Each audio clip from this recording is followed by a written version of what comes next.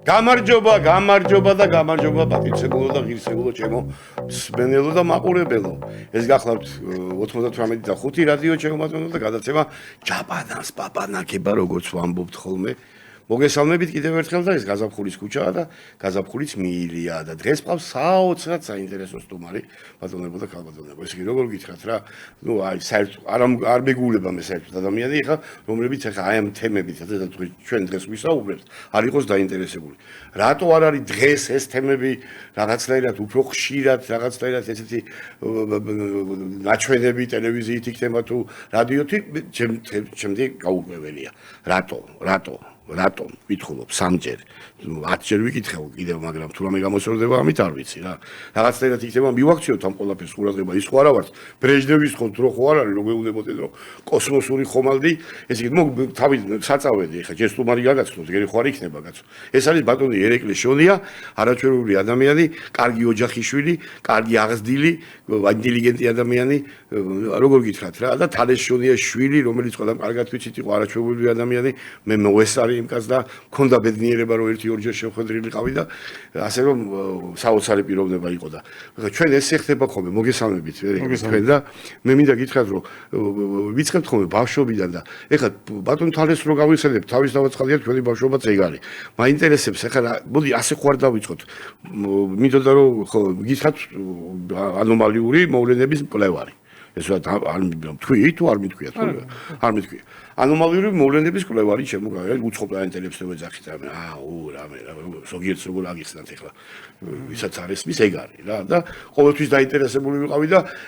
გადაყრილიცა ვარ მინდა ვთქვა მართალი გითხრათ მაგრამ ნუ ყოველთვის ღიმილს გვრი და ეს ბრეჟნევის დროს და ჩემი ახალგაზრდობის დროს როცა მაგას მოყვებოდი მეზღაპრეს გეძახდნენ და გეუბნებოდნენ რომ ჯაბანაკაი მომყოლია და გვაღადავებს და მოკლედ ეგეთი ამბავი იყო ამასაც გავიხსენებ თუ მექნება დრო და აქედან ისე გავიმიტო გავაკეთე შესავალი ჩემი სიტყვა რომ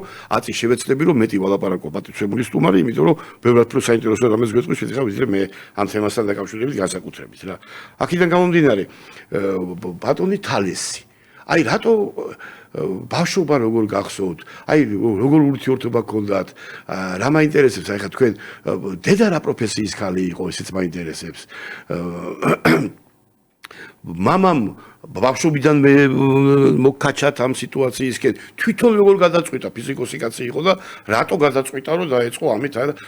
როდის გადაწყვიტა და რატო გადაწყვიტა აი აქედან დავიწყოთ ჯეობად პირველ რიგში მადლობა რომ დამპატიჟეთ მადლობა მოგზადებით სიტრო გუში იყო ამას დაბადების დღე ვაიმე გამომჭა ვიცოდი რაღაცნაირად სიტყვა უმალმა გიგზნოთ რაღაცა კი ბატონო აი გუში ხაზი გამოსვიდა როგორ გამომჭა დღეს რა ეს გაანათლოს მამას ოჯახი რაც იყო ეს იყო დედა ფიზიკის და ქიმიის სპეციალისტი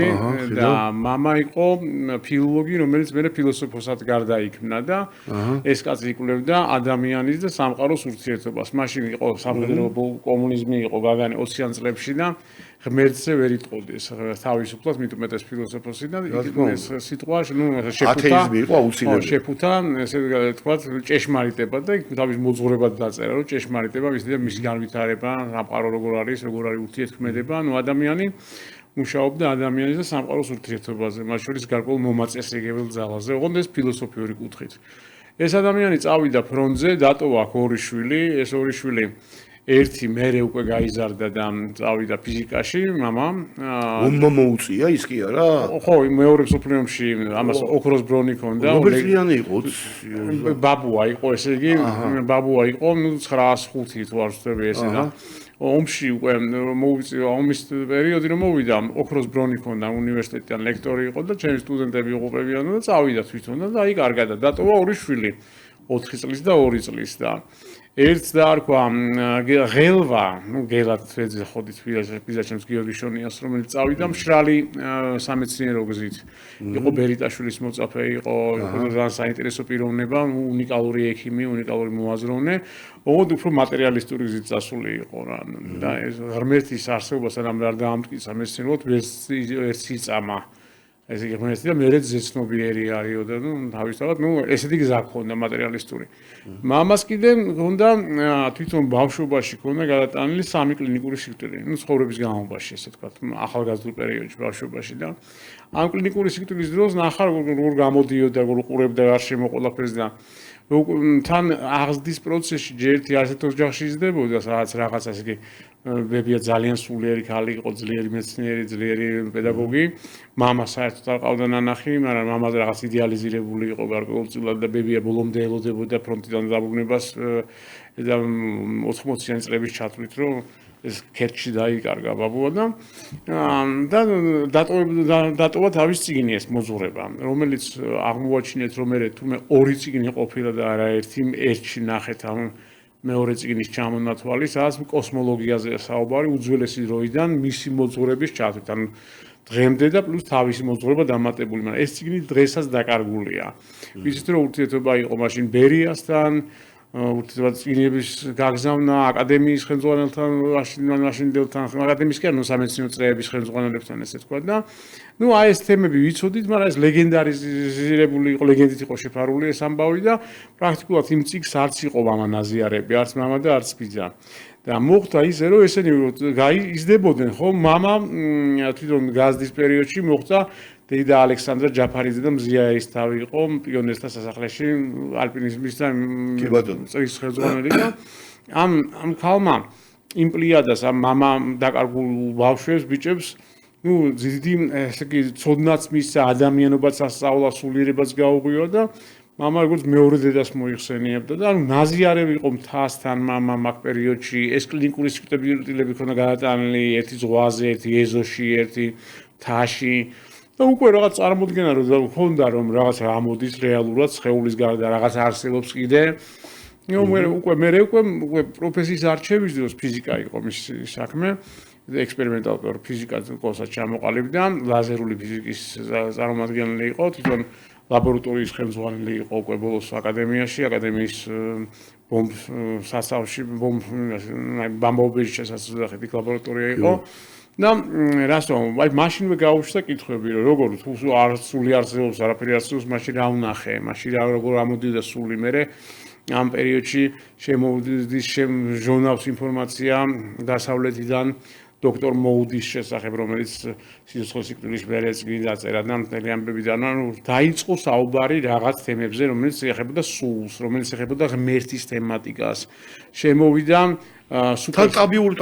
ტაბუირებული თემა იყო საერთოდ პიონერი იყო ფაქტიურად ამ ამბავში და მე უკვე სულხან იყო ვინმე მანამდე ვინც ამასთან დაკავშირებული მანამდე არსებობს ლეგენდები რომ იყო ბერიას დროს კაპიტონ ნაჭყებია იყო გენერალი რომელიც გარკვეულ მასალებს აგროვებდა ეს მაგის შვილისგან ვიცი ოთარ ნაჭყებიასგან მაგრამ აი ამ ბერიას თემატიკაში და მე უკვე ამ ხრუშოვის გაატრიალებასთან მთელი ამ ის მე რეალურად არ ვიცი რეალობა არ აქვს ეს არქივები დაკეტილია ჩვენთვის მაგრამ არ არის გამორიცხული ყოფილიყო იმიტომ რომ ბერიას ისე აწყობილი სისტემა ქონდა იმ საინფორმაციო ხო რომ იქ რამე თუნდაც გამოჩენა სადმე რაღაცის ის არ გამოჩნდება. ეხაც დაკეტილია, დღესაც დაკეტილია. ხო, ან დაკეტილია, ან მიმალული, ან დაკარგულია, მაგრამ ფაქტია, რომ ახლა შვილისგან ვიციან თვითონ ოთარ ნაჭყებიასგან, რომ მამა აგროვებდა ამ მასალებს და ეს მასალები ეს ახალი არ იყო, ეს მართლა ეს საკითხები, რომელიც ეხება უცხო ცივილიზაციების არსებობა, სამფრინავი ხომალდების, ან ნართებების, ან უცნაური მოვლენების არსებობა, ეს ხო არ არის მართლა 47 წლიდან მართლა როზველიდან კი არ მოდის, არამედ ყველა კრიზისული პერიოდების წინ ეს გამოჩენების აქტიურობები იყო და მერე იყო ამ ყველაფრის ესეთ ბეჭდვა იყო მაშინდელ პრესაში, მაშინდელ გადმოცემებში, თუნდაც ზეპირ გადმოცემებში, ზღაპრებში რაღაცნაირად აისახებოდა და აი ესეთი სიტუაციაში მამამ გააყვა ამას და დაიწყო ამ თემატიკის კითხვის დასმა, თან მაშინ დაიწყო სულიერი თემატიკაზე შემოსვლა. ეს სულიერი თემატიკა იყო მაგალითად ეს იყო იესო ქრისტეს სუპერსტარი რაც არის თუ ოპერას გახსოვთ ხო ის შემოვიდა და პუშკინში ლაბორატორია ქონდათ მაგრამ ჩაიკეტებოდნენ ეს ახალგაზრდები ამას უსმენდნენ იმ ბაბინებზე იქ მე კარატე შემოვიდა 70-იანების დასაწყისში და ამ კარატეს ჯგუფში დაიწყო ხო და რაღაცა ანუ ის სულიერების თემატიკები გაღვივდა და უკვე მე აქეთკენ როცა უკვე აი ამ პერიოდში მე დამჭირდა რაღაცნაირად გააქტიურება და ამოჯახური საქმიანობის წარმართვა ან მე მომიწია ორი გზის გაერთიანება ერთი მატერიალისტური მამა ბიზა ჩემის გზა დიდი აი მეცნიერის მედიკოსის ფიზიოლოგის ასეთი ძლიერი ხაზი მიწიერი და მეორე მამა ჩემის ცოდნები რომლებიც თუნდაც ინფორმაციის ასაცდომა თუნდაც ის მეთოდიკა ხალხთა მუშაობის როგორიცაც ის გროვდება მსგავსი ტიპის ფაქტები და მასალები და პლუს ანალიზი, მიდგომები, ტექნიკა და აი ეს ამის გაერთიანებით, თუნდაც ბოლო წლები 2018-დან ხალხი ატყობს, რომ 2018-ში ის როდის იწყება იქ ყველაფერი? ეს იწყება ზუსტად 70-იანების წლების შუა პერიოდში, ოღონდ ძალიან ესე ფაქიზად ჯერდა. უკვე 84 წლისთვის უკვე როგორც ბომბი გავარდა ამბავი, ხშირად ვამბობთ ხოლმე. იმ საბჭოთა კავშირში მოხდა ეს შემთხვევა უცნაური, როგორც როზველის შემთხვევა იყო ამერიკაში, რის მერეც დაიწყო უფოლოგია შეიქმნა, ხო, რაღაც, ანუ ამოუცნობი მფრინავი ობიექტის კვლევა და მასზე მოძღვრება დაუშვათ, რომ ეს რა არის და როგორ არის. ასევე საბჭოთა კავშირის შემთხვევაში ეს იყო 84 წელი, როცა 84-ში მოხდა ის, რომ თვითმფრინავი ორი ბორტი, მათ შორის საქართველოსთან მფრინავი ბელორუსიის ტერიტორიაზე, უკრაინა-ბელორუსიის ტერიტორიაზე შეეჩეხა მფრინავ ობიექტს და მოხდა დასხივება ამ თვითმფრინავის და იმის გამო რომ ვერ დამალეს ეს ფაქტი, რომ წრუწური ფაქტები, რომელიც მფრინავებს ეხებოდა, სამხედრო მფრინავებს, ან მეზღვაურებს, ან კერძო სხვადასხვა შემთხვევებს რა. ის არ იწერებოდა, ის გარკვეული ტაბუირებული ინფორმაცია იყო. ამის მიზეზი იყო, რომ ჯერ ერთი მიმდინარეობდა ცივი ომი და ეს ქვეყნები ეჯიბრებოდნენ ერთმანეთს და ამ შეჯიბრში იყო როგორც ინფორმაცია, ასევე დეზინფორმაციის გადაცვლა გამოსვლა ერთმანეთთან. ამისი მიჩუმათება და ყურადღების გადატანა თუნდაც ატომური იარაღის გამოცდისგან, სარაკეტო ტექნიკის გამოცდიდან და ამიტომ ეს სულ გასაიდუმლოებული ინფორმაცია იყო, რომელსაც აქ მეცნიერები თავშეთ ჩვენ შემთხვევაში, საბჭოთა კავშირის შემთხვევაში მეცნიერები იკვლევდნენ და მე მოსკოვში ეს ცენტრში გროვდებოდა ეს ინფორმაცია და ამერიკის შემთხვევაში ასევე სამხედროები მუშაობდნენ მსგავსი მატერიალზე სერიოზულად, მაგრამ ფრონტის მენეჯერებად, ესე იგი წინა ხაზის რაღაც მენეჯერებად იყვნენ კომერციული ტიპის უფოლოგები დავარქვათ, ან მომეცნიერო ტიპები ან რაღაცა ბიზნესმენები, რომლებიც აგროვებდნენ იმ პირველად ინფორმაციას და მე ამ პირველად ინფორმაციიდან მე თავისთავად სერიოზულ ინფორმაციას მე სამხედროები ასაიდუმლოებდნენ ხოლმე და ეს დღევანდელი უფოლოგია რაც არის, თუნდაც დასავლეთის ეს არის ამ უფოლოგს როგორც სამართალ როგორც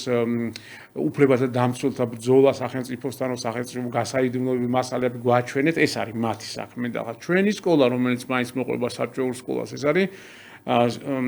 არის დამყარებული მეცნიერთა მუშაობაზე, მეცნიერთა მიდგომაზე და არა დაუშვათ კომერციული ტიპის სიტუაციაზე, რომ იქ კომერცია და კაპიტალიზმი რომ არის განვითარებული, ხო, ამ ყველაფრით დაუშვათ ტურიზმს ანვითარებენ, როზველში მილიონობით ხალხი ჩადის, იქ პიარ სახე დაუშვათ პლანეტელის ის კარგად იყიდება, იქ მაისურები, რაღაცა ისტორიები, მთელი ამბავი. ხო, რაღაცა მისტიკა, დიდი მისტიკა, მაგრამ ეკონომიკით და თვითონ უფოლოგია რას ნიშნავს? აი ეს არის ამოუცნობი მფრინავი ობიექტის შემსწავლელი. საიდან მოდის ეს სიტყვა? აი ეს როცა როზველში ჩამოვარდა ეს თემატიკა, ეს მფრინავი ხომალდი და 84 წელს არის და არა 57 წელზე საუბარი მაგ პერიოდში რო არის აი მფრინავი თეფშები, მფრინავი თეფშის ფორმები მაგვარი, იქიდან წამოვიდა რომ ეს ამოუცნობი მფრინავი ობიექტი მით უმეტეს სამხედროებია. ქართულად ამოა ხო და განსაკუთრებით ეს რადიოლოკაციო ტექნიკა როცა შეიქმნა და როცა რაღაც თვითმფრინავი არ ვიცით რა არის, ვიძახით რომ ამოუცნობი მფრინავი ობიექტია და ეს შემოვიდა ამ სამხედრო ტერმინოლოგიიდან, რა არის, არ ვიცით, არა იდენტიფიცირებულია, ამოუცნობია და აქედან დაიმკვიდრე ამან თუ რა სინამდვილეში ახლა მე რო წამოვიდა 84-დან კვლევები განსაკუთრებით და დედამიწაზეც მასალა დაგროვდა და აქაც მასალა დაგროვდა და შევეჩეხეთ იმას საბოლოო ჯამში რომ აქ მარტო ეს უცხო ცივილიზაციები არ არის, მარტო ხომალდები არ არის, სხვადასხვა ძალა, სამყაროსეული ძალები სხვადასხვა და ამიტომ ძალიან ფრთხილად ვეკიდებით, აღარ ვიძახე ესე თქვა რომ პირდაპირ უფოლოგიას რაღაცას რომ იქ რო შეეჩებიხებით თუნდაც მიმდინარე კონტაქტის დროს თუნდაც აქ საქართველოში ხო ამბავს და იქ რაღაც დაარქვა უცხო პლანეტელი რაღაც არღიბს, იმიტომ ის ძალა რომელიც არის ის თავიდან ძალიან ნეიტრალურად მომიდგემას და მე კვლევის დროს გამოჩნდება რა ძალაა, შეიძლება წმინდა ძალაა რაღაცა, შეიძლება ანგელოზის ძალა დასრია, შეიძლება მთავარანგელოზის დასრია, შეიძლება გარდაცვლილები, შეიძლება სულები, რაღაც ბიჯაჭული სულები, შეიძლება დემონური ძალა, შეიძლება უცხო ცივილიზაციის წარმომადგენელი მართლა და ამიტომ კონკრეტიზაციას თავიდან არ ვაკეთებ. ვამბობთ რომ ვიკვლევთ ფენომენს, ვიკვლევთ ანომალურ მოვლენას და უკვე არის რომ მიდიხარ რომ რომელიღაც ერთი ძალა მოდის საკონტაქტოდ და არის ხოლმე შემთხვევები რომ ამ ძალებს შორის თანამშრომლობა არის ჩანსი, რომ ჯერ შეიძლება უცხო ცივილიზაციის წარმომადგენელი მოვიდეს, მერე სხვა წარმომადგენელი, მერე წმინდანთა რაღაცა ნაწილი მოიყვანონ და ანუ ის კაცობრიობა რომელსაც რაღაცა თავისი უნარები აქვს დაუშვათ ახმის, ხედველობის, სმენის და ასე შემდეგ, ხო? და ის გარკვეული დიაპაზონი აქვს და იმ დიაპაზონს იქით აქეთ ვერ ხედავს, ხო? მისთვის ძალიან ძნელია რომ წარმოიდგინოს მთელი სურათი რა არის, რა ხდება მას თავს, ეს როგორც ესეთი ახალგაზრდა ცივილიზაცია და აქედან გამომდინარე მას ეს შეზღუდული აქვს ეს უნარები რომ არ დაიბნეს, უსუსურად არ ჩათვალოს, განვითარდეს, გაძლიერდეს და რაღაც სიმაღლეს მიაღწიოს და აი ამ გადმოსახედიდან რატომ ამბობ რომ ის 70-იანი წლები და ეს მიმდინარე თემატიკაები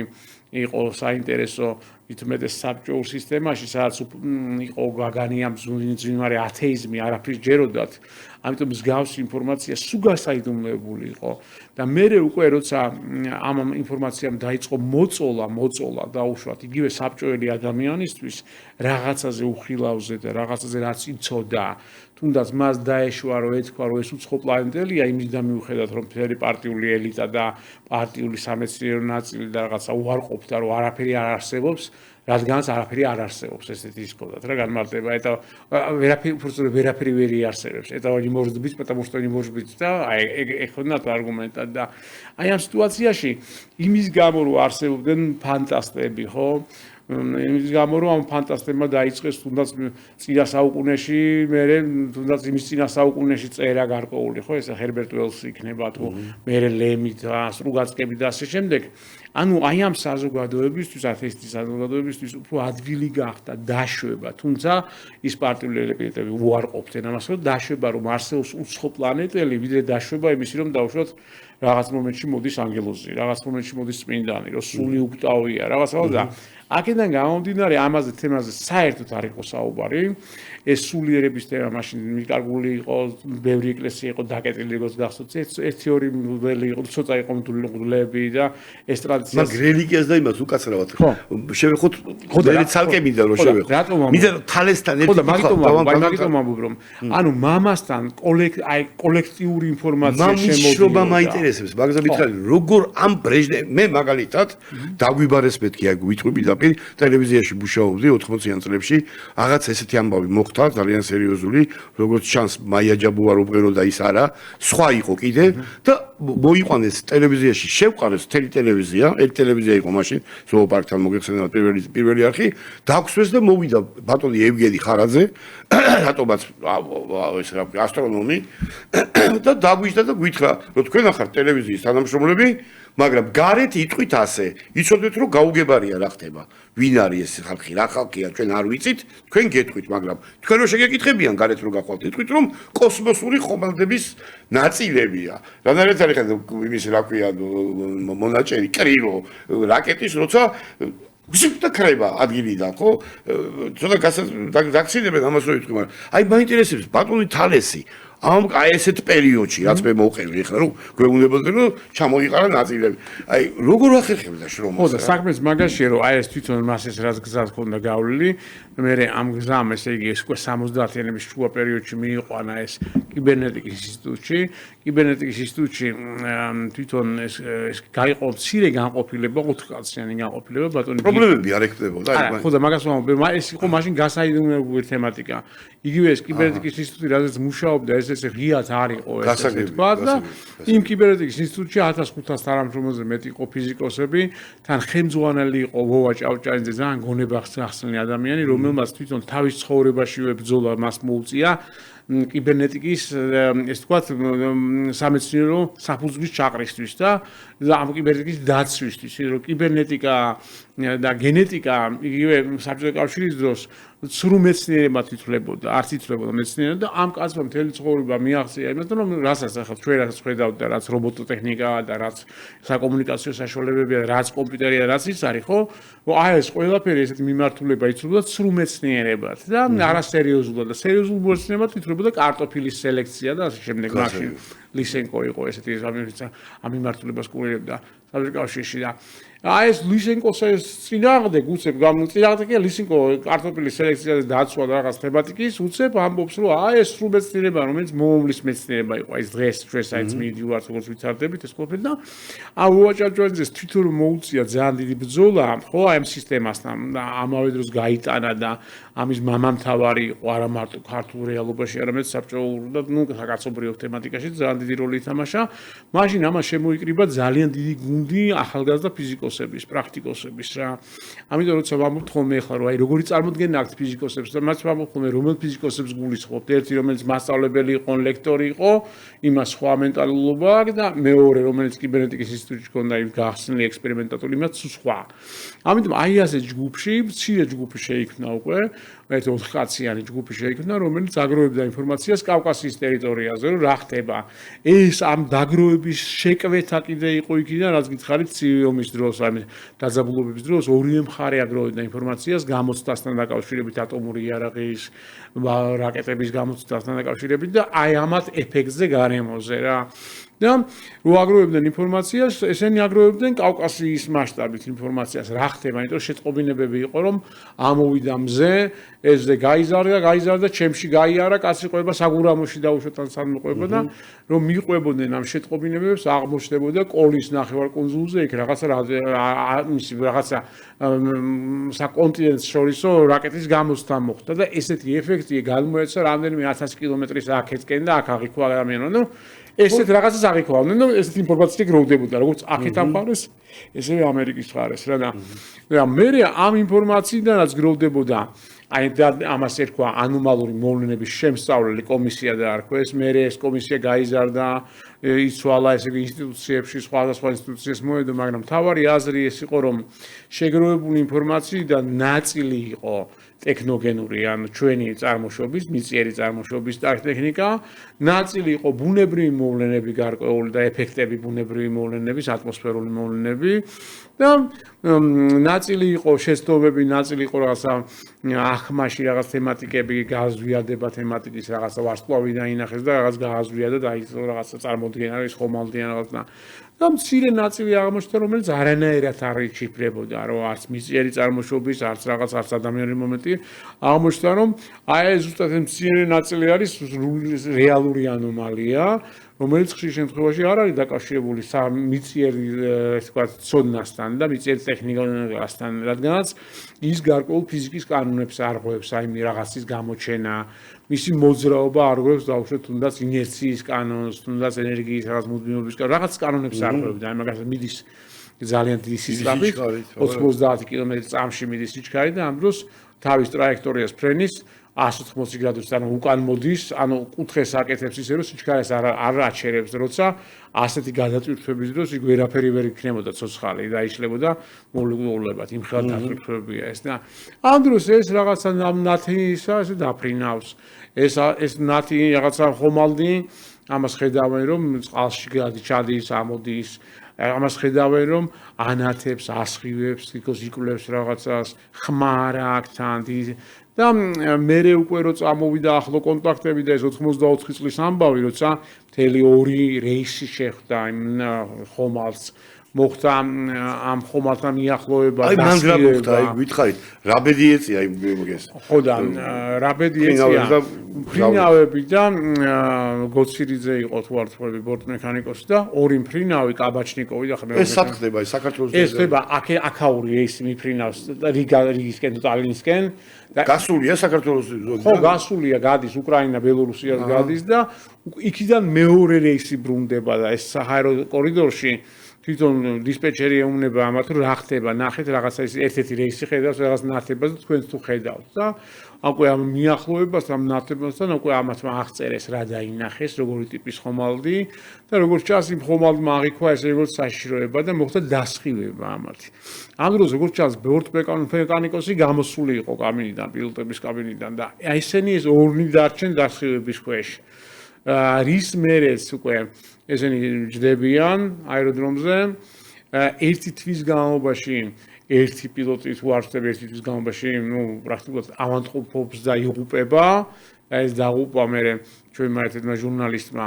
აღწერა გილა ბულოგობეჩიამ თუ არ ვწდები რომ როცა ავადმყოფოში ვნახეო თუ ისწავლობდა ამ საკითხს რა, როცა ატრიალებდნენ, ძვრებიც კი ემსხვრეოდა ამ ადამიანს, ანუ ძვლის დონემდე მოხდა ეს დასხივება, საბოლოო ჯამში ვერაფერი ვერ გაუგეს ამ დასხივებას და დაარქვეს, ნუ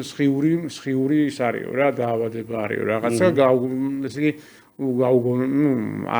არიციან რის საფუძველზე და რა სახის, მაგრამ ფაქტია რაღაცა პერიოდი იცოცხლო. ეს თითქოს იცოცხლო. მეორე მიცოცხლო თუ არ ვწდები ნახევარი წელი და ისიც დაიღუპა.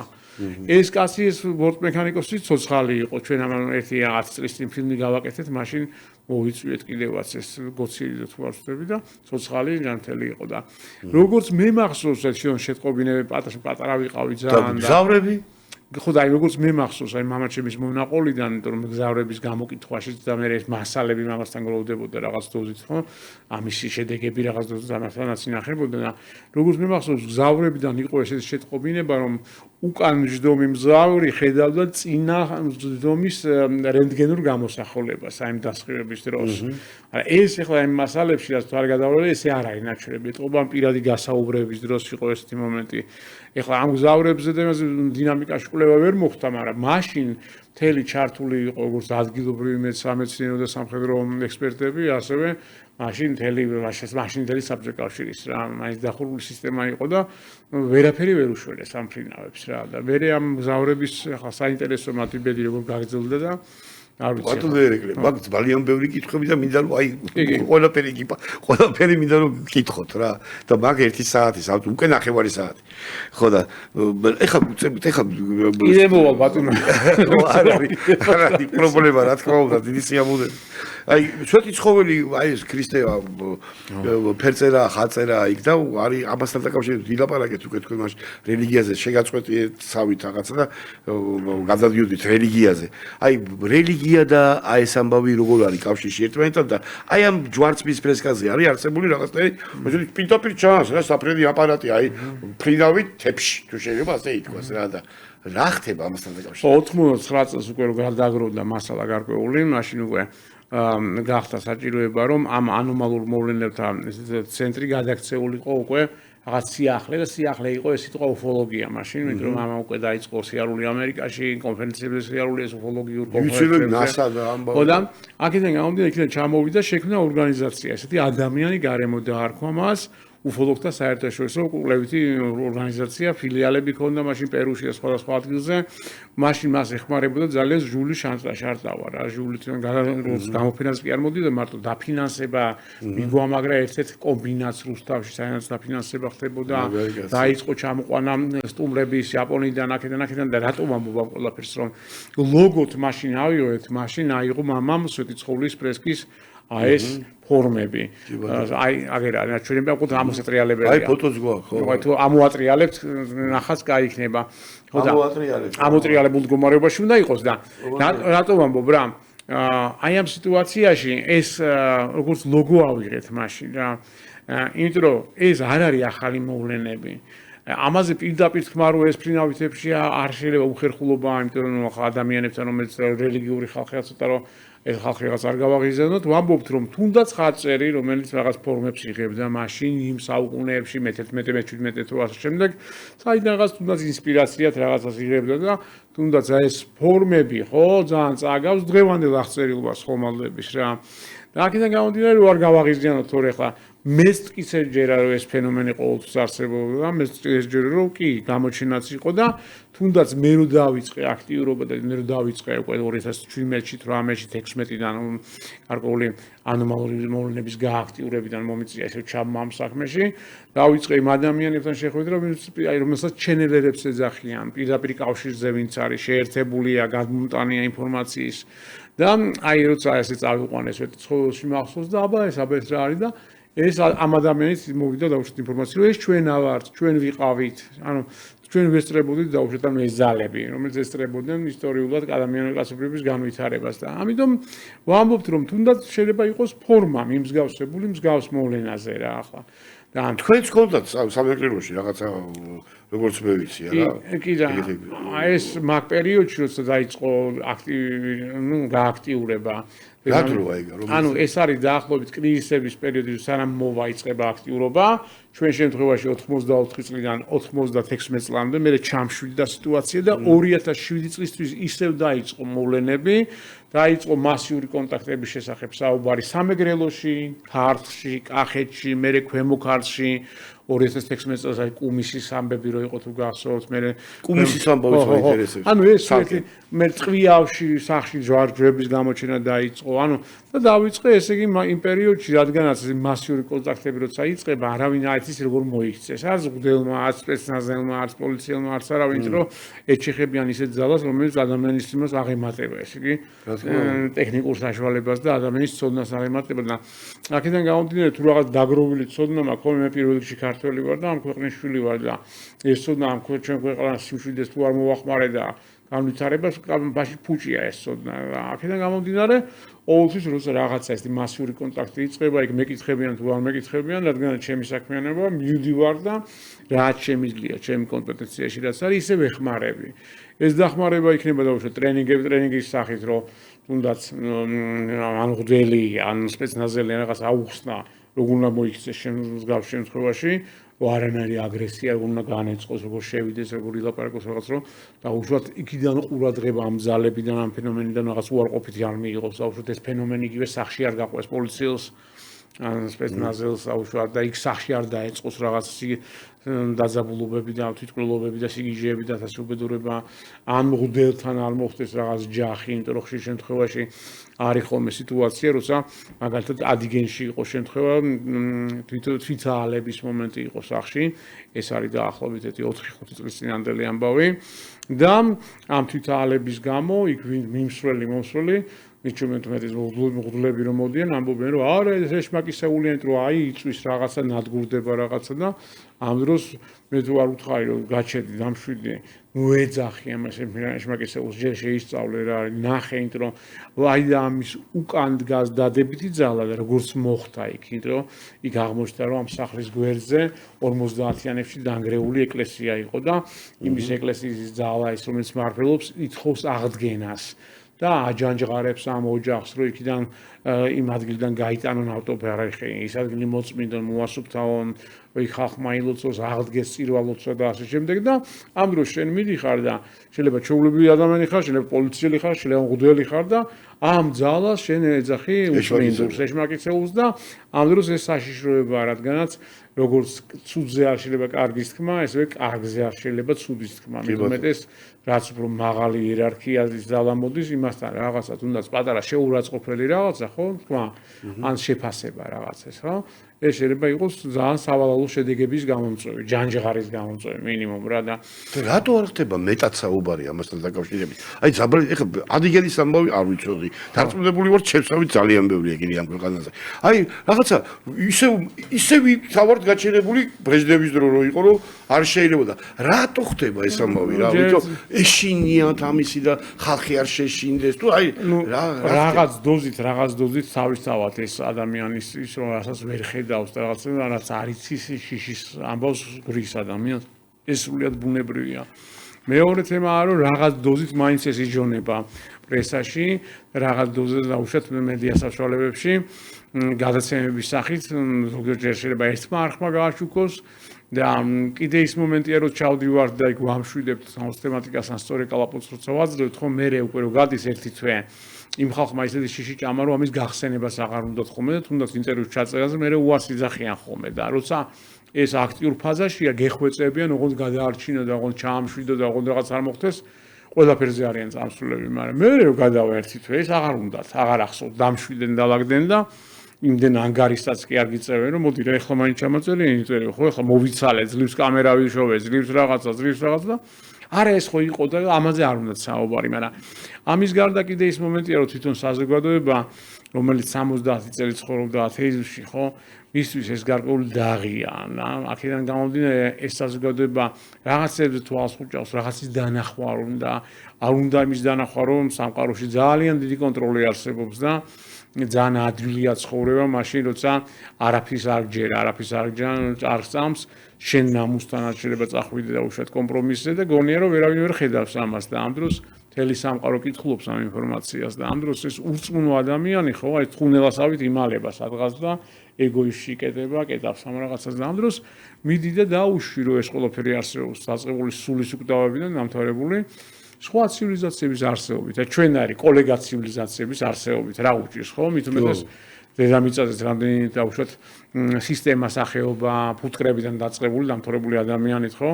და აქედან გამოდირი რატო გამორიცხული სხვა სამყაროში არ იყოს რაღაცა. ხო და ამიტომ ძალიან უჭირს ადამიანს და ცივილიზაციასაც რაღაც ახლის მიღება, ის ნელ-ნელა ვითარდება და ამ განვითარების მომენტში მუშაობს ღვთაებრივი კანონები, რომ პირდაპირ ამ ცივილიზაციის ან ადამიანის ცხოვრებაში ჩარევა არ შეიძლება სამყარო და უფალი გაცლის და თავის თელ სამსახურებს და თელ სისტემებს გარკვეულ პროტოკოლს უწერს, რა ვთქვა, აქ ზემოქმედების ურთიერთობის, ამიტომ პირდაპირ ერევიან, არის ხოლმე რომ ესე მინიშნებების სახით ერევიან, ერთეული კონტაქტების სახით ერევიან, ჩენერების სახით ერევიან, სადაც გამოდის ინფორმაცია, შეხვედრების სახით ერევიან, როცა თითო ადამიანი მიყავდა და მე ამ თითო ადამიანზე რაღაც ზოგად საკაცობრიო თემატიკას ეუბნებიან ან აძლევენ, იმიტომ რომ მათთვის ამ ცივილიზაციებისთვის ჩვენ კი ვართ ინდივიდუალური ტიპები და გონია რომ მე ერეკლე ვარ შენ დავითი ხარ რაღაც, მაგრამ ამის გარდა ამის იქით არის რომ არის ერთი კოლექტიური ცნობიერი ან ქვეცნობიერი რომელიც მოქმედებს და მათთვის ხო ეს არის რომ თუნდაც რომელიღაც ადამიანთან ურთიერთობა ან წაყვანა შემოწმება ვისთან შეიძლება დაშვებულია მათთვის ეს არის კაცობრიობისთვის ცოდნის გადმოცემა და იმიტომ არის ეს კონტაქტები მნიშვნელოვანი რომ ამეთი კვლევა იმიტომ არის საჭირო რომ მსგავსი თუნდაც ერთეული შემთხვევებით მოდის ინფორმაცია ზოგად საკაცობრიო, მოდის ინფორმაცია ზოგად პლანეტარული კრიზისების შესახებ, ცივილიზაციის განვითარების შესახებ, ჯანმრთელობის და ასე შემდეგ და ამიტომ ამისი კვლევა აუცილებელი თემატიკაა, რომ მე ამ კვლევის შედეგად ხდება ცივილიზაციური ნახტომები ან შემზადებები ახალი ცივილიზაციური ნახტომისთვის. ამიტომ ეს თუნდაც მე უშუალოდ ეს დასავლური თემატიკა რო ავიღოთ, ეს ჰოლივუდის თემატიკა და ეს ფილმები და რაღაცები საბოლოო ჯამში ეს ემსახურება და უშუალოდ კაცობრიობის შემზადებას, რაღაც სირთულისთვის, ან რაღაც ახალი ფორმის მიღებისთვის შემზადება. ეს ოვერტონის სარკმელი რაც არის, ეს მოქმედებს ამ ფილმებით, რომ რაღაცას გამზადებენ. ამიტომ იგივე რო ავიღოთ, ამიტომ იგივე 30 წლის, 40 წლის წინანდელი ბავშვი რო ადამიანი ავიღოთ და იქ რაღაცა ვაჩვენოთ, შეიძლება იმისთვის შიშის მონგრელი იყო და ამიტომ შემზადება იყო საჭირო ზღაპრების სახით, ბუნების ძალების სახით და ამ დროს ეხლა უკვე ბავშვები არიან, რომელიც ამ მულტფილმებით, ამ იმისი რა ქვია, გადაცემებით და ამ რაღაცებით, თუნდაც ეს ფორმები რო არსებობს, სხვა ცივილიზაციები დაჭყანული ესეთი, მათთვის მისაღებია, ანუ რომ შეხვდნენ უკვე ამათი ფსიქიკა არის შეგუებული, უკვე შოკს არ მიიღებენ, როცა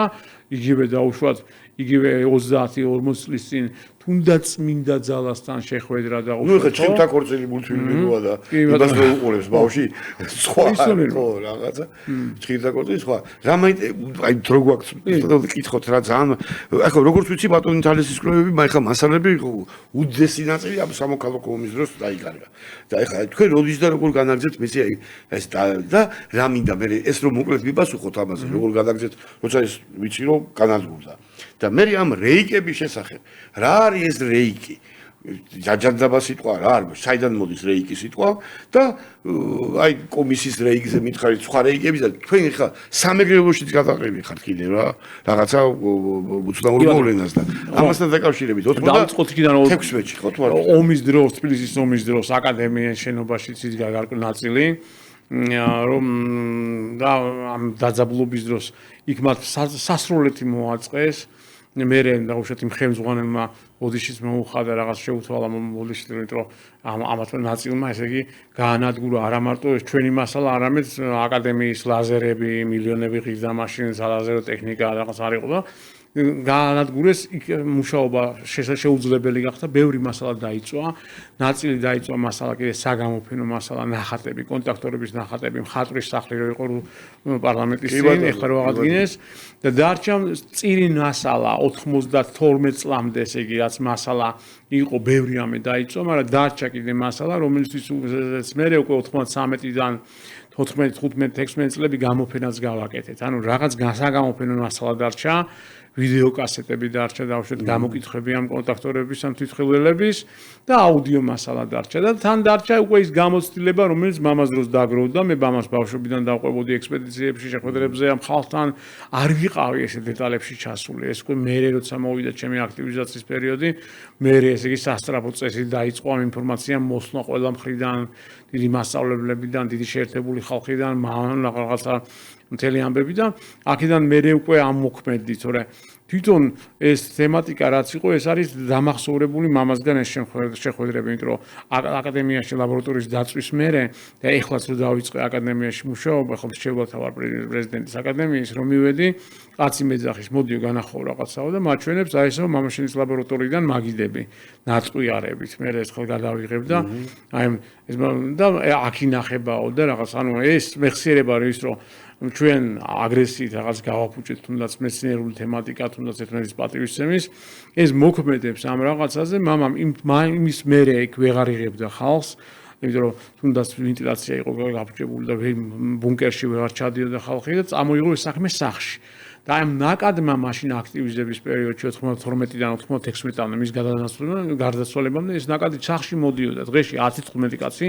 თითქოსები მოდიოდნენ, ამას ესე იგი მოკვრით რაღაცას ვესწრებოდი და უშუალოდ 1-2% რაღაც ქონდა უკვე ეს ინერცია და გამოცდილება ამასთან თემატიკაში, მაგრამ მე დანარჩენი ახლა რაც ავკრიფე უკვე აი ბოლო წლების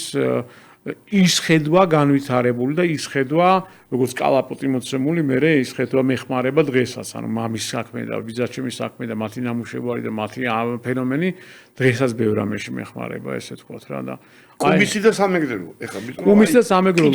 აი ეს კუმისი, სამეგრელო, შიდა ქართლი, ესე იგი კახეთში მოვლენები და რაღაცა, ანუ დაიწყო აქტივიზების პერიოდი, ანუ რაღაცა გარკვეული კრიზისების მოსვლის წინ პერიოდი დაიწყო.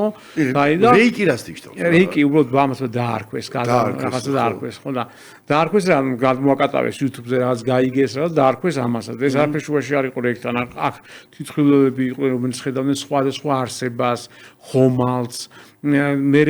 რეგიონების დამიხედვით, რომ დავიწყოთ ამის შესწავლა რეგიონების დამიხედვით, ერთნაირი ინფორმაცია და აღწერილობა ამათ შესახებ და ჩავთვალეთ, რომ არის რაღაცა დავარქვათ, რაღაცა დამკვირვებელი ძალა მოსული, რომელიც აკვირდება საზოგადოების მდგომარეობას, სწავლობს, მათ შორის დედამიწის აგზნებას სწავლობს, რაღაცებს სწავლობს, ხო მთელი ხო არ ვიცით, მოსაზრება ესეთი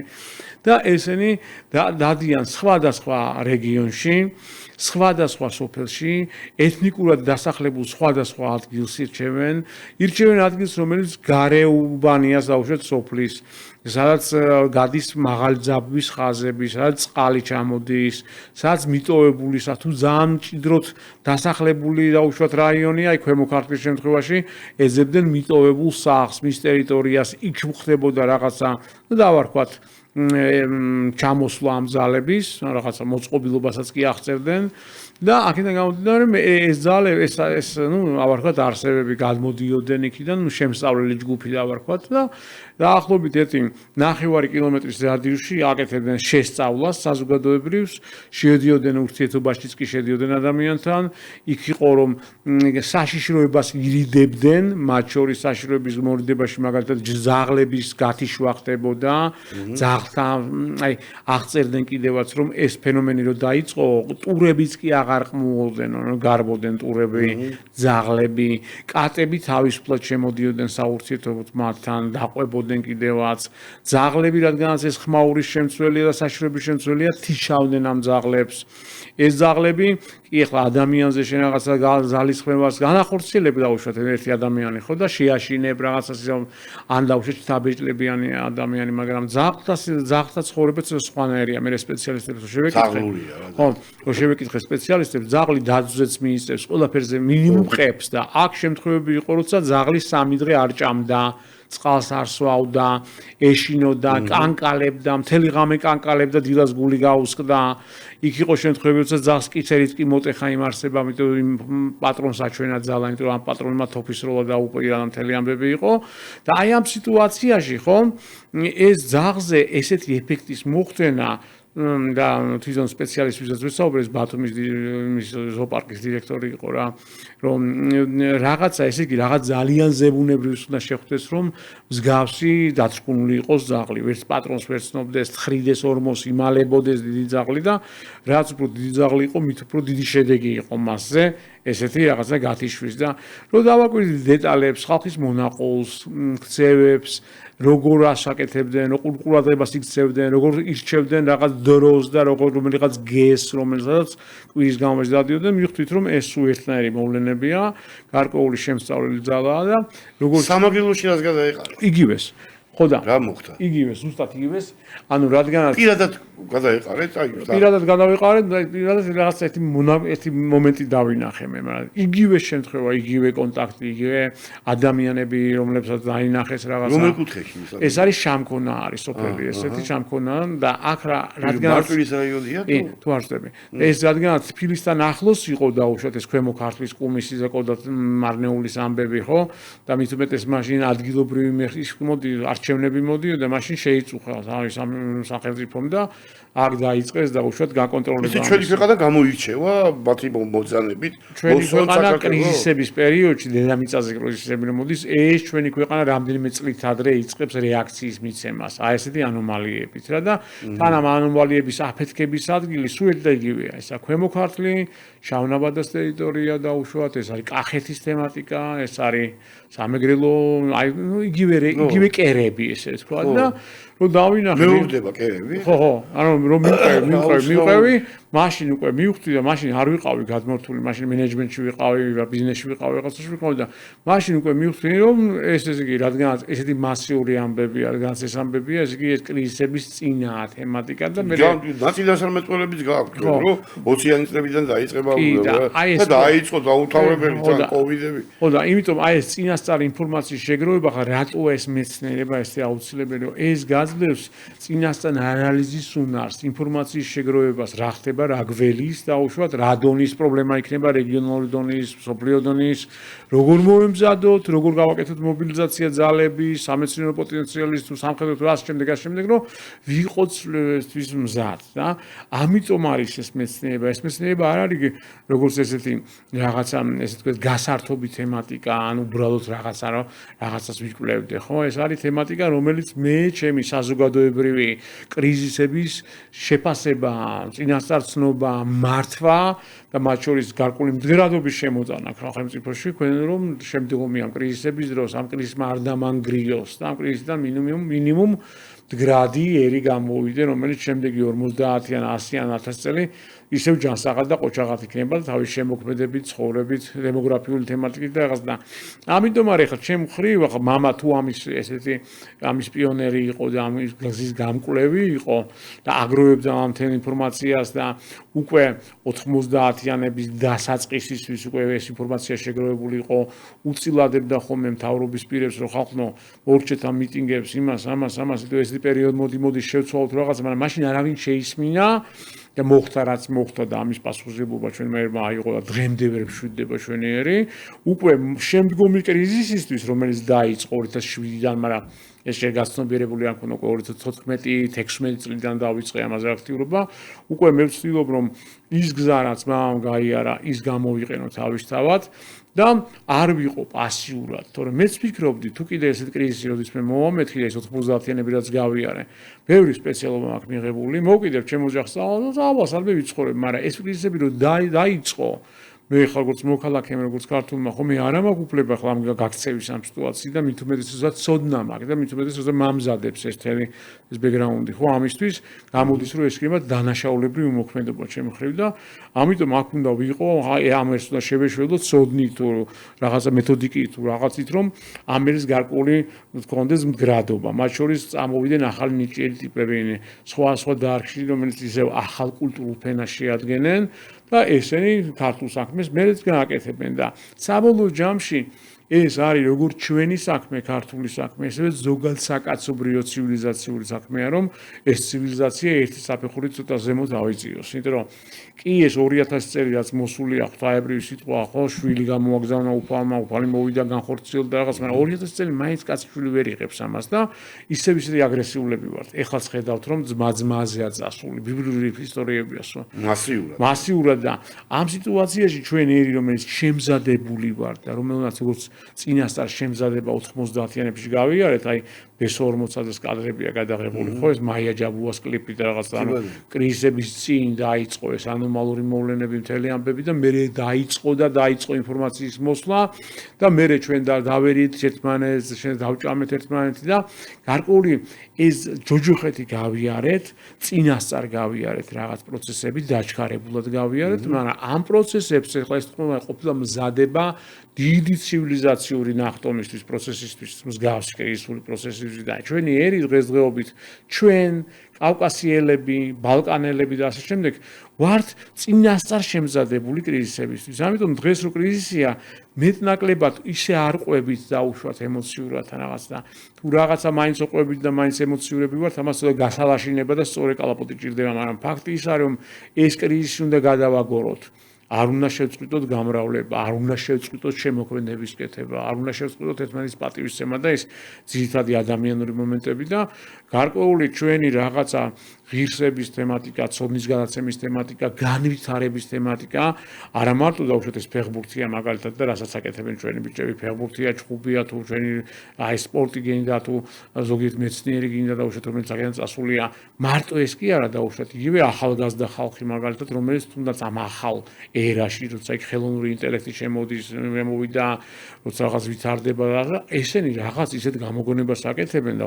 რომელიც უადვილებს ადამიანის ცხოვრებას, რომელიც ადამიანის თუნდაც აი გუშინ ბიჭი ყავდა, რომელმაც ისეთ პროექტი გააკეთა, რომელიც თუნდაც დიზაინის თემატიკაში ან თუნდაც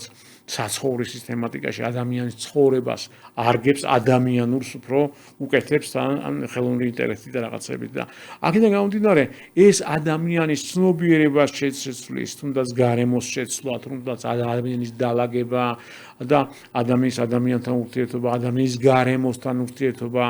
და ამიტომ აი ამ ცივილიზაციურ ნახტომში ყოველ ჯერზე როცა რაღაც ახალი ცივილიზაციური ნახტომია და განვითარება თემა და ან რომელიღაცა რევოლუცია, ეს გინდა სოციალური ან კულტურული ან დაუშვათ ეს არის ტექნიკური საწარმოო რევოლუცია, ყველგან ქართველი ამ კავკასიელი რაღაც მნიშვნელოვან როლს თამაშობს რა. ეს ქართულს არ გულისხმობ მარტო გენეტიკურს, არამედ აი აქ მოხარშული კაცი, რომელმაც აქაური ნიადაგის შეისის ხორცსა და რაღაც მენტალობით ხო და იმიტომ მას არის აქედან წასული ებრაელი დაუშვა, აქედან წასული რუსი, აქედან წასული სომეხი, სულ ჩვენი ნაწილია ეს ყველაფერი და ესენი განსაკუთრებით სხვა ხალხია იგივე თავის ეთნოსებთან შედარებით იმ თავის დედასამშობლოში და ამიტომ აი ეს თემატიკა რაც არის ზოგადად ადამიანური და ზოგადად საკაცობრიო რო გაკეთდეს, ამისთვის ჩვენი უნდა ვაკეთოთ, ჩვენი სახლი უნდა ვაკეთოთ და ამისთვის მთელი ეს მფარველი ძალები და ყველანაირი სამყაროები ამისთვის გვეხმარებიან და ჩვენ ამიტომ შეშინებულები ვართ. გვეშინია ყველაფრის. სირაქლემის პოზიციაში ვარ და აი ეს შიში ბლოკავს განვითარებას. ეკლესია რას ამბობს ამას? ხო და ეკლესია რა უნდა თქვას ახლა მაგალითისთვის ახლა ვიზაპირ გეტყვით რომ მამას არ ხომ ეკლესია მითხარით ჯერ და მე მითხარით თვითონ სახელმწიფოსთან რამე ურთიერთობა რომ გაკეთდეს რაღაც ლაბორატორიები რაღაც ხო სახელმწიფოსთან ბატონი ჟიულის მერე ურთიერთობა არ ქონია არანაირი ბატონი ზვიათანაც მეგობრული ურთიერთობა ქონდა მაგრამ დანარჩენი ხო ამ სახელმწიფოსთან არანაირი ურთიერთობა არ ქონდა ეხლა დაუშვათ ეხლა დავიწყე 2 წლის წინ აკადემიაში აი ეს მუშაობა ნელ-ნელა და აი ეს ნელ-ნელა მინდა რომ აი ეს საკითხები ნელ-ნელა იქაც დაიძრას, იმიტომ რომ ახალი ერაა მოსული, ახალი სიახლეა შემოსატანი, ის პოტენციალი რომელიც ამ ახალგაზრდა ადამიანს აქვს და ის ხედვა რომელმაც რაღაცა თუნდაც ტექნიკური პროგრესი ან მორალური პროგრესი განიცადოს ამ საზოგადოებამ იმ ახალგაზრდაშია, ის ასაკოვანი ვერ გააკეთებს, ვეღარ გადაიტანს ხედვა არ აქვს ამის სხვა ეპოქის შვილე და რაღაცნაირად მინდა რომ ეს დაუძრა ეს ამათი ახალგაზრდა ხალხის შემოდინება იქ ან მართლისოდნა და რაც შეეხება ეკლესიას მამას ჰქონდა ურთიერთობა 88-9 წლიდან როცა დაიწყო ძლიერი კონტაქტი საქართველოში მათ შორის თბილისში დაიწყო ერთ-ერთ გამომცემელთან სოფლის ცხოვრების რედაქტორთან ოჯახში არაბელიძეებთან დაიწყო კონტაქტი ძლიერი და იქ იკრებოდა მაშინდელი მთავრობა ხალხი მეცნიერები და ამ თემაზე მაშინ მოხდა ეკლესიის ყურადღების მიპყრობა და მოხდა დაიწყო შეხვედრები მღვდლებთან, მერე ეს ამბავი მივიდა პატრიარქამდე, მერე მოხდა პატრიარქთან უკვე შეხვედრა მამასი ამეგობრება გარკვეულწილად და მამამ წარადგინა იქ გარკვეული შრომა რაც ჰქონდა ეკლესიების თემასთან დაკავშირებით, რა ძალასთან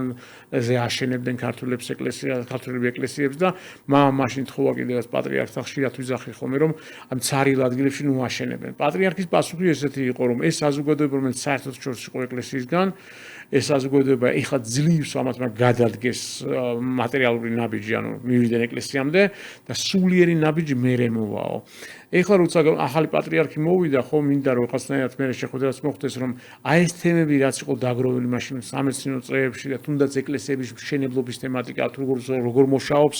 ის დედამიწის ენერგია, ზეთის ენერგია, ნაგებობის ფორმის ენერგია, როგორ არის ურთიერთქმედებაში მღვდელთან დაუშვათ, როგორი მღვდელი სად რა უნდა იყოს შერჩეული, იმიტომ რომ ეს მღვდელი ამ ძალასთან უნდა რეზონირებდეს და აქედან გამომდინარე თვითონაც ჯანმრთელად უნდა იყოს და არა ის რომ ეს ძალა ანგრევდეს მას დაუშვათ და აქედან გამომდინარე მრევლის მოქმედება და ეს ენერგეტიკული მიმოცვლა ადამიანსა და გარემოს შორის იქნება რაღაცნაირად მე მოხდეს თანამშრომლობა და ეს ცოდნა მივიდეს რომ ეს როგორც წინა პატრიარქი ამბობდა სულიერების ნაბიჯის დრო არის მოსული და მთელი ამ სულიერების შესასწავლად მარტო ის მატერიალური ძველი მეცნიერული მიდგომები არ არის საკმარისი მთელი ეს მიდგომების სამყაროსეული მთელი ინფორმაცია ხილავი თუ ხილავი სამყაროსგან შემოგტანილი გააფილტრული გაანალიზებული ხედვა დაუშვათ ეს უნდა იყოს ქვეყნის სამსახურში ჩაყენებული და ვინ თუ არა დაუშვათ ის სასულიერო სისტემა ან თუნდაც აკადემია ან თუნდაც მთავრობა წესით მაგრამ ამ მთავრობას ესეთი კავშირი არაფერი არ აქვს ხო ინტერესი არ აქვს იმიტომ რომ ნუ რაღაცა ეს მთავრობა სხვა ამოცანებითაა დაკავებული ეს არ არის ის ამოცანა ზოგადად მსგავსი თემატიკა რომელზეც მე ვლაპარაკობ ეს დიდი სახელმწიფოების ფუფუნება და ეს რეგიონალურ სახელმწიფოებს მცირე სახელმწიფოებს ხო იმდენი დატვირთვა აქვს გარემტრები რეგიონალური რაღაც მოთამაშეები რაღაც არ ცალიათ მეცნიერებისთვის და მსგავსი სულიერებისთვის და ამიტომ არიან ხოლმე როგორც წესი სხვისი სატელიტი მაგრამ იმის გამო რომ ეს ქვეყანა შენ გამოძრავებს და ბიზგაზებს რომ აუცილებლად გააქტიურდი რომ ეს სულიერების კერაა და გონიერების კერაა და ამის მართვის შემთხვევაში კაი შედეგებს მიიღებ ამის გამო ენთუზიაზმის დონეზე მაინც უნდა ვაკეთო გინდა აფინანსებდნენ ამას გინდა რა აფინანსებდნენ და ჩემი პოზიციაა ესა რომ ყოველთვის გინდა იყოს ეს საეკლესიო ნაწილი და გინდა იყოს ეს სახელმწიფო ნაწილი თუ ასე შემდეგ მე ამათთან ღია ვარ სათანამშრომლოდ ეს არ არის ჩემი და მამა ჩემის და ბაბუა ჩემის და ის კონკრეტული ერთი ადამიანის საქმე ეს არის ის ღირებულება რომელიც როგორც სახელმწიფოს თემატიკაა ერის თემატიკაა ესე საკაცობრიო თემატიკაა და გინდა იყოს დაფინანსება გინდა არ იყოს დაფინანსება მე ამ საქმეს მაინც მივაყვები ამ საქმისგან თუ რაღაცა დადებითი შედეგი შეიძლება იყოს ამ შედეგისკენ უბიზგებ ადამიანებს და აქედან გამომდინარე თუ ამ საქმეზე როდის მე ყურადღება იქნება მიქცეული ხო აი ეს ქმედების ძალა გაიზრდება ზემოქმედების ძალა და კარგი ზემოქმედების ძალა გაიზრდება და დანარჩენი დაუშვათ იგივე ეკლესიასთან ურთიერთობა ხო 2007 წელს მოხდა ისე რომ ვარ გდანის რაიონის მაშინ წყალკანალის გაყიდვების უფროსი მაშინ და მობარებული ყავს ბიჭები და ერთი ბიჭი გამოაგზავნეს რომელიც იყო პატრიარქის ტიქაროსანი რა და მე ვზდი ამბის რომ აი რაღაცას ამუშავებას ვასწავლი სოციუმთან ასეთს და ერთხელაც მოხდით სამებაში რაღაც საქმეზე შევირბინეთ და ეს შევიდა საკურთხეველში გამოდი და მეძახის მოდი და შევედი და მაშინ გაქანებული ისა რა ქვია მენეჯერი ვარ ან კაცრი თან ახალგაზრდა დაუნდობელი რაღაცა ჩეკისტივი ტიპი ვარ რაღაცა მაშინ რაღაცა და ესეთია არა და შევედი და საერთოდ არ სულიერება არ მახსოვს არც მეცნიერება რა არის მეცნიერება დანახვა არ მინდა იმიტომ რომ ვიცი რომ შიერი სპეციალობაა რაღაცა არ ვეკარები არ და პირველი სპეციალობით ისტორიის რელიგიის და ქრისტიანული კულტურის სპეციალისტი ვარ და ჯარი რომ დავამთავრე ვიცი რა არის ფორმაში ყოფნა და ხვდები რომ იქ შიერი დავრჩები თან ფორმაში არ მინდა ყოფნა ანუ უდლობა რომ ეს აღვიგების ჩავიცვა რაღაცა ეს აღარ მინდა თავისუფალი ცხოვრება მინდა და არ გავყვევი იმას და გავყვევი მენეჯმენტს და მთელი ცხოვრება მენეჯერი ვიყავი და სწავლობდი მენეჯმენტს ყველა დონის და ამ დროს მეძახის მოდი და შევდივარ ზის სინოდის ნაწილი არის რამდენი იყო ეს ეპისკოპოსების შეხედანა და ჩვენი უწმინდესი ზის მილიან მეორე და ესო თალეშის შვილიაო და ისა დალუცია მამამისა უწმინდესო რა და მივედი და ახლა არ ველოდები რომ რაღაც დამლუცავს რომ რაღაცა ბედნიერი იყავი ჯანმრთელი იყავი რაღაცა უფლის ფაროლობა ქონდეს და არაფერს არ მეუბნება ამას ჩამიხუტა და რა ხდებაო მეცნიერებაშიო რა და იმდენად დამაბნია ამა რომ სადმე და სადმეცნიერება საერთოდ იმიტომ რომ ტიპი ვარ სხვანაირად ტვინი მოაზროვნე რაღაცა და ისე დავივენი რომ მარადიულობა მეთქი და თან უწმინდესოს ვერ უთხარი მამაო მეთქი მარადიულობა მამაო მეთქი დავივენი არ ველოდი ამას და ესე იგი დამლუცა რომ მიხედე რაღაცა და წამოვედით 2007 წელს და ეს იყო და ეს და მე ჩემი ტრანსფორმაცია დაიწყო რაღაც ეს მახსენდებოდა ეს მომენტი მე კიდე მოხდა ისეთი შემთხვევა რომ როცა უკვე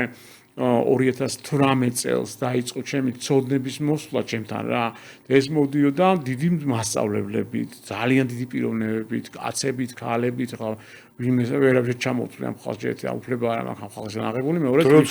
დროც არ არის მესმედეს არც მიკითხი მაგრამ ამ ხალხმა მასწავლა გვერდში დამიყენა ხო და ამ სიტუაციაში მოხდა ისეთი თემატიკა რომ მე ჯვარს არ ვატარებდი მაგალითად რომ მოპარული იყო ჩემი ჯვარი ბავშვობაში შეჩეული ვიყავი არ ვიყავი შეჩეული არ ჯვარს არც არაფერს და მოხდა ისეთი გადაკვეთა სადაც ხდება პატრიარქი მაკურთხებს და ანუ მე და ჩემი მაშინდელ მეუღლეს რა ეს მაშინდელ მეუღლე კიდე ის იყო რა ქვია ჩერნოგორიელი იყო და თხოვა რომ ესე შევხვდეთ და ესე ჩერეს ესე კი ამ ჩემი მეგობრისგან ამ სტიგაროზნისგან და მივედით და სიტუაცია სადაც პატრიარქმა დაგლუცა გაიარა და მოდის ის ჩერნოგორიის მიტროპოლიტი რომელიც მაშინდელი პატრიარქი ვის არის და ეს ამ გოგოს უნდა შეხვედრა რომ მამაჩემის მეგობარი ის არის ნაცნობი მამაჩემი ახსოვსო და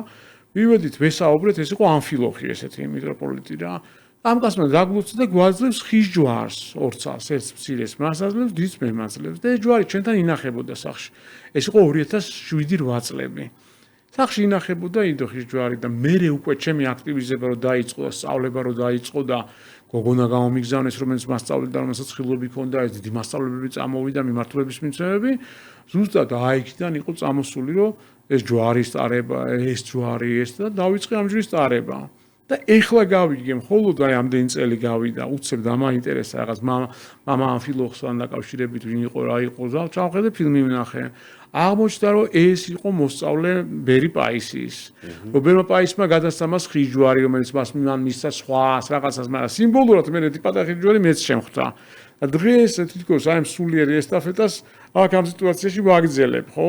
და ამ სიტუაციაში ეხლა მე ჩემში ვცდილობ გავაერთიანო როგორც მამის ცოდნა სულიერი და ფიზიკოსის და ბიოლოგიის სპეციალისტის დაუშვათ ასევე ბიძაჩემის ამ ბერიტაშვილის თემატიკის ცოდნა ძალიან მატერიალისტური მეცნიერების და ძალიან მიზეშედეგობრივი კავშირის დანახვის ბაბუაჩემის თემატიკა თვითონ რომელიც დაკავშირებული იყო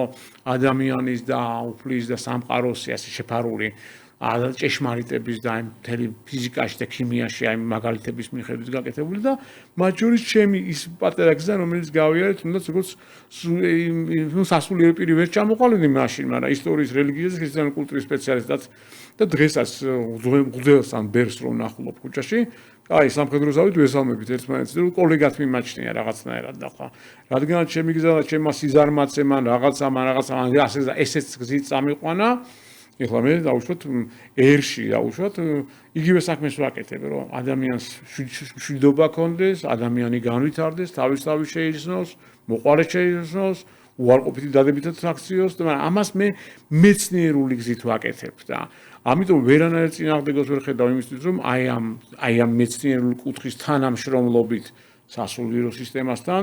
ანუ მეცნიერების და სულიერების გამთლიანებით ჩვენ რაღაც ადამიანებს და კაცობრიობას უკეთესი შევძინოთ რა. უგურმესი მადლობა ერეკლი. აი ძალიან დიდი მადლობა. ესეთი რესპონდენტი ხარ რომ აი პირიღია გისმენ არც ხმის